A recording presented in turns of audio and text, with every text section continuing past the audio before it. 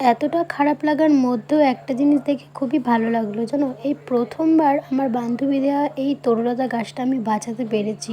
আর যারা রং করতে এসেছিলো ওর মধ্যে একটা দাদা আমার গাছটা খুব সুন্দর করে টাইট করে ওপরে মানে ছাদে সিঁড়িঘরের ওপরে বেঁধে দিয়েছে আর কি। তো গাছটা খুব তাড়াতাড়ি গ্রো করবে এবার। আর দেখো আরেকটা জিনিস দেখে খারাপ লাগছে, প্রত্যেকটা ফুলে না এভাবে জাবা লেগেছে, বুঝতে পারছি না কি করব। গাছের অন্যান্য অংশে তো দেখতে পাচ্ছি না, কিন্তু মানে স্পেশালি ফুল যেগুলোতে ধরে আছে দেখো সেইগুলোতেই জাবা আছে। তো এই জবা গাছে জাবা দেখেছি, কিন্তু এই সব গাছেও যে জাবা লাগে আমি মানে সেটা প্রথমবার দেখছি। আর জানি না ফুলগুলো হবে কিনা বা গাছটা বেশি দিন থাকবে কিনা। দেখতে পাচ্ছ গাছটা একটা ছোট্ট একটা কন্টেনারে লাগানো আছে, তাও আবার রঙেরই কোটো। আর এই গাছে যেহেতু বেশি মাটি লাগে না সেজন্য আমি টবে ইউজ করিনি, ছোটো একটা জায়গাতেই লাগিয়েছিলাম। আর ফার্স্টে তো ভেবেছিলাম গাছটা বাঁচবেই না, কারণ যা পরিমাণ বৃষ্টি হয়েছিল তারপর যা রোদ দিয়েছিল, আর আমি 2-3 সপ্তাহ তো ছাদে উঠতেই পারিনি।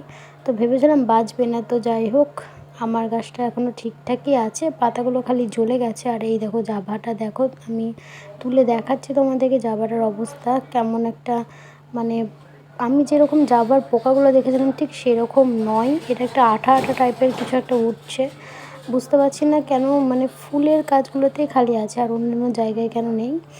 তো ফুলটা ফুটলে বোঝা যাবে এটা কী কালার। আর আমার বান্ধবীকে আমি দেখেছি, ও খুবই খুশি হয়েছে, কারণ এই ফার্স্ট টাইম 8 থেকে 9 বার চান্স নেওয়ার পরে ফার্স্ট টাইম আমার এই গাছটা বেঁচেছে আর কুড়িও এসেছে।